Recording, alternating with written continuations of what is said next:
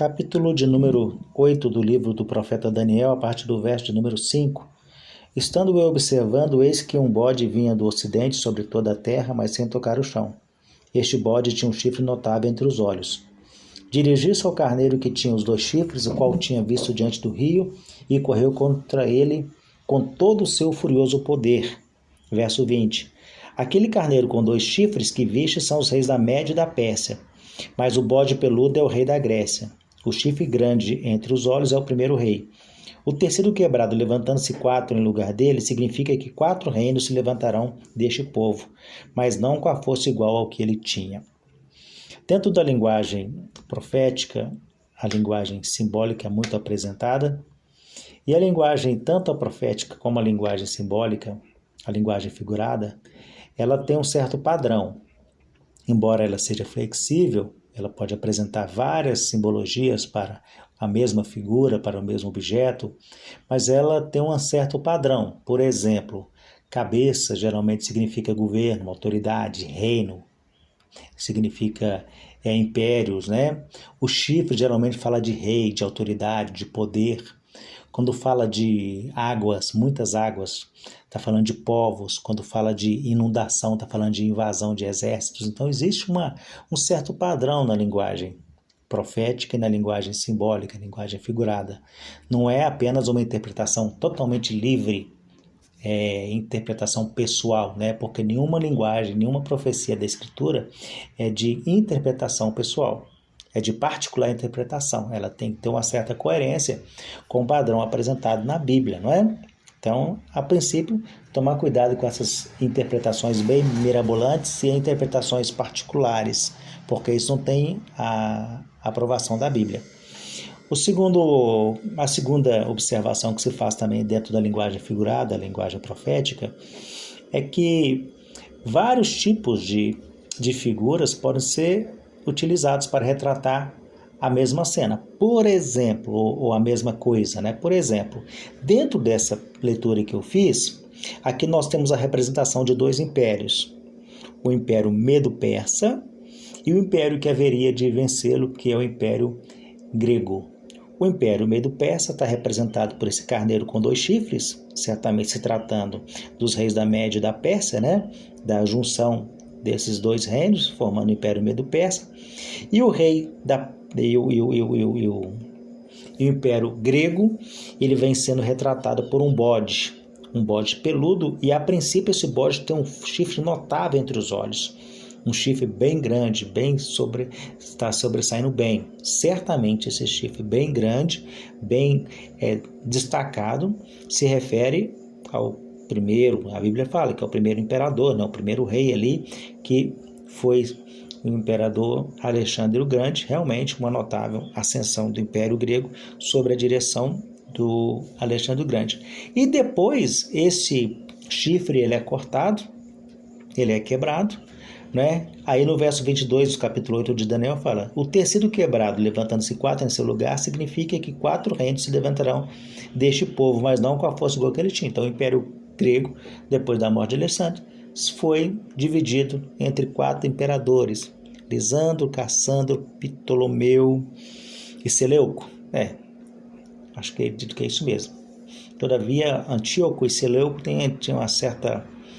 dá uma certa mistura aqui, deixa para uma outra situação para a gente descrever com mais detalhe. Mas vamos lá. Agora, por outro lado, esse mesmo Império Grego e Império Medo-Persa já tiveram outra interpretação.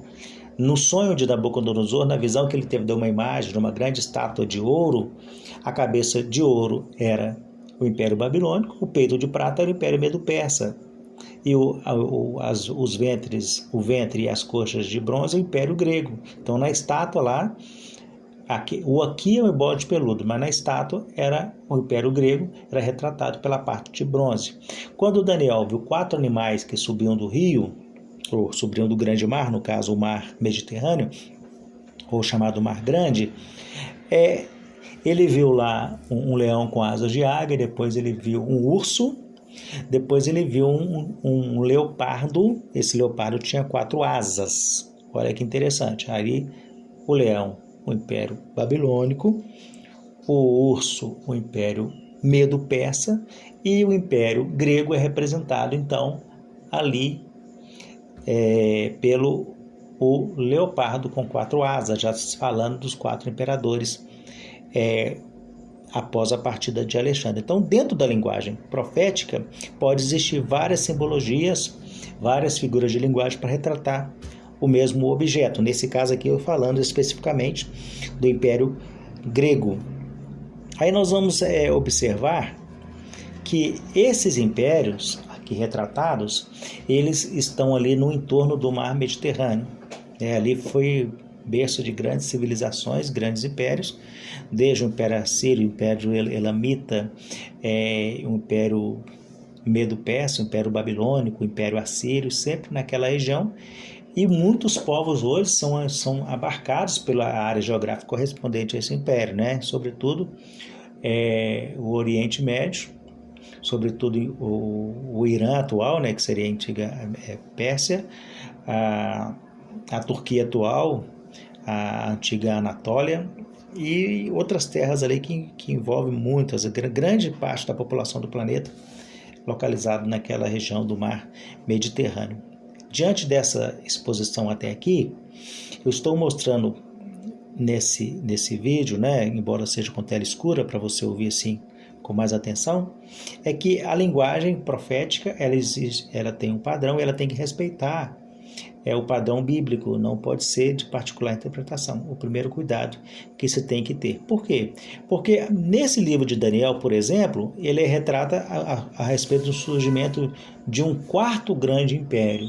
Ele é chamado a Besta. Mas esse 4º grande império ele não é identificado no livro. O Império Babilônico é identificado, de Nabucodonosor, o Império Medo-Persa é identificado e também o Império Grego. Mas o 4º império, falando da besta com muitas cabeças, com muitos chifres, que não é urso, não é leão e nem é tigre, é uma mistura de todos eles, por isso é chamado besta, um nome genérico, né? Ele não é identificado aqui. Ele não é identificado. Por que é muito importante citar isso? Porque é de comum as pessoas atribuir esse império como Império Romano. Até por causa que ele sucedeu no sentido no sentido temporal. Mas pela expressão bíblica, ele não é um império tão simples, ele não é tão identificável como sendo apenas um povo. Mas é uma mistura de vários povos, né? 7 cabeças, 10 chifres, então ali é um conglomerado de impérios.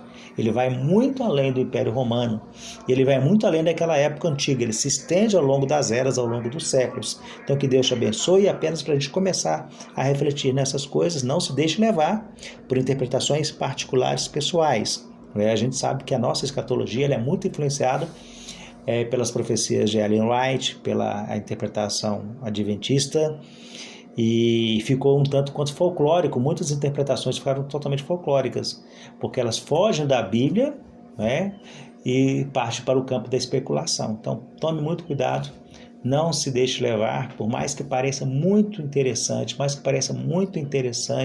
a interpretação, por mais que pareça muito inteligente, mas tem que ter o respaldo da Bíblia. Se não tem o respaldo da Bíblia, nós devemos ignorar, por mais que pareça bem correto. E quando eu digo respaldo da Bíblia, não é algo apenas sugestivo, mas tem que ser algo que dá para a gente confiar, porque disso depende uma interpretação correta. Isso pode envolver muita coisa, inclusive a salvação da alma. Que Deus te abençoe, em nome de Jesus.